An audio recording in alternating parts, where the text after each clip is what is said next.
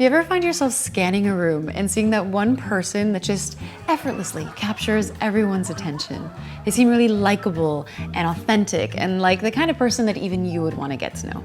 And then I feel like there's the rest of us. We're awkwardly navigating through various conversations, afraid of saying the wrong thing, and then inevitably still laying in bed at night wondering, why did I open my mouth at all? What is it about somebody that makes them so magnetic and charismatic and likable? Well, according to Vanessa Von Edwards, who's the author of this audiobook I listened to recently called Cues, she said that highly charismatic people rank high in two specific traits: warmth and competence. But here's the problem. Most of us have an imbalance between these two traits. We tend to be either more warm or more competent, but very few of us possess a good balance of both. So if, like me, you're highly warm, you know that it has its perks. You come across as very trustworthy, compassionate, and friendly. Essentially, you're approachable and you make people feel comfortable. But the downside is, this overwhelming warmth can sometimes overshadow your competence. It can leave others with the impression that you're not particularly impressive or powerful.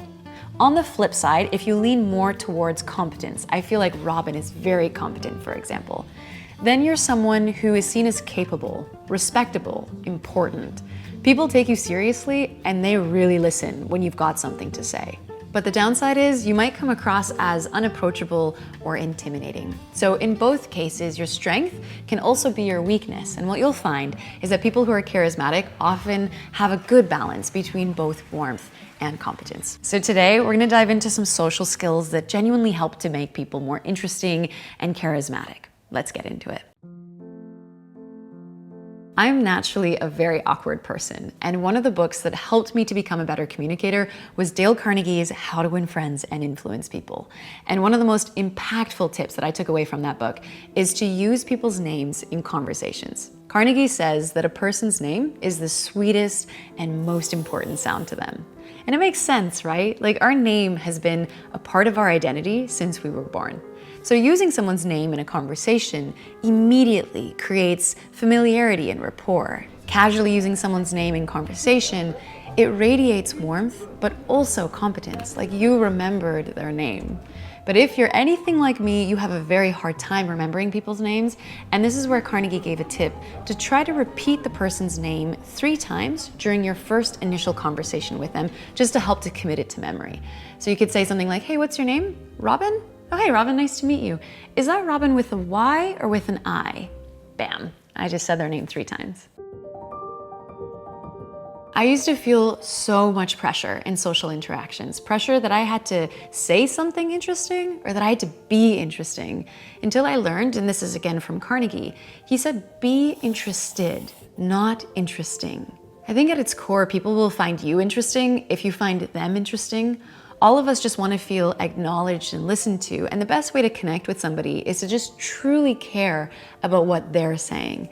And you can show this through your actions, by asking questions, by leaning in and using nonverbal cues like smiling and nodding to show them that you're fully engaged in the conversation.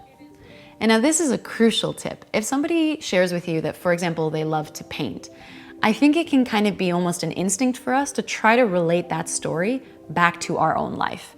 So you might say something like, oh, my uncle paints too.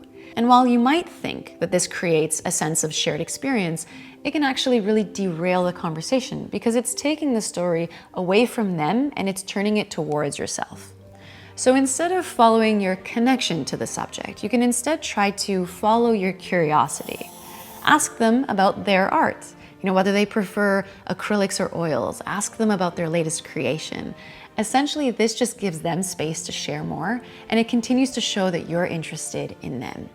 Ultimately, people will remember not what you did or what you said, but how you made them feel. Now, when the conversation does turn to you, try to use something called conversational threading. This essentially means offering several threads or topics that the other person can hook onto to keep the conversation rolling. So for example, if someone were to ask, what did you do this weekend? Instead of saying, oh, nothing, I just relaxed, which is innocent enough, and it's really okay to also respond like that if you don't want the conversation to continue. But essentially, if you do say that, it kind of shuts the conversation down.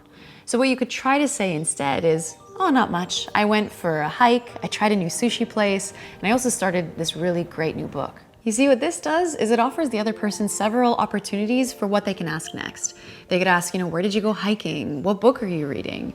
All in all, it just creates more opportunities to connect. It invites trust and it radiates warmth.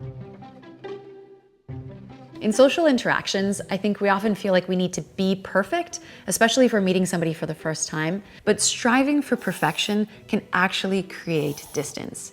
It can make us seem inapproachable or inauthentic.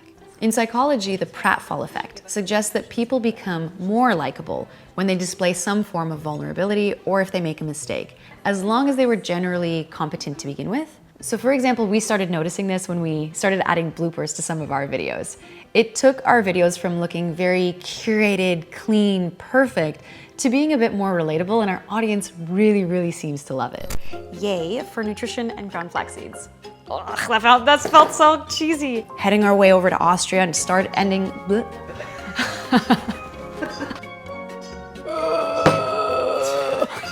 It's a bloody mess. So obviously this isn't about purposefully making mistakes or adopting flaws. It's more about not hiding imperfections when they naturally come up. And let this take a whole lot of the pressure off. It means that you can laugh when you've made a clumsy mistake. It means you can admit when you don't know something. Genuinely, it makes you more relatable, more likable, more endearing. In psychology, there's also this really interesting principle known as spontaneous trait transference.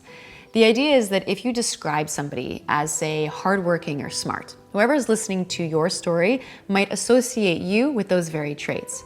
But the reverse is also true. If you label somebody as lazy or unreliable, you might find that you also get associated with those same labels. Sometimes we feel that gossiping about somebody makes us more relatable and likable because we've got the inside scoop, we've got some juicy details to share. But what my sister always used to tell me is that if someone is gossiping to you, chances are they're also gossiping about you. Subconsciously, we might start to feel like that other person is not very trustworthy or that they're not very kind. And so this isn't like a cautionary tale against gossiping, but more so just like a reminder that how we talk about others shapes how we ourselves are viewed. So if you're gonna chat about somebody else, try to speak about them positively. It's also gonna reflect positively on you. You do not need to be Elon Musk or have a PhD in mathematics to be seen as competent and interesting. I feel that every single one of us have skills and hobbies that we excel at. Even if it's something like cooking or crocheting, what seems mundane to you is definitely going to be fascinating to somebody else. So don't underestimate your expertise. Own your skills and don't shy away from sharing them in conversations either. It shows confidence and competence, which people are naturally drawn to.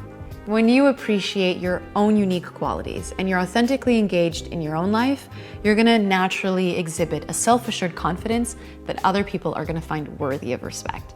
So becoming likable and respected is not about some elusive X factor. It's about balancing warmth and competence, making other people feel at ease while also being authentically engaged in your own life. And I think the most important tip of all is to go into a conversation with the intention of having fun rather than with the intention of saying, I hope they like me. I hope you enjoyed today's video. If you did, feel free to give it a thumbs up. It always means a lot. Thanks for hanging with me today, friends. Pickup Limes signing off, and I'll see you in the next video.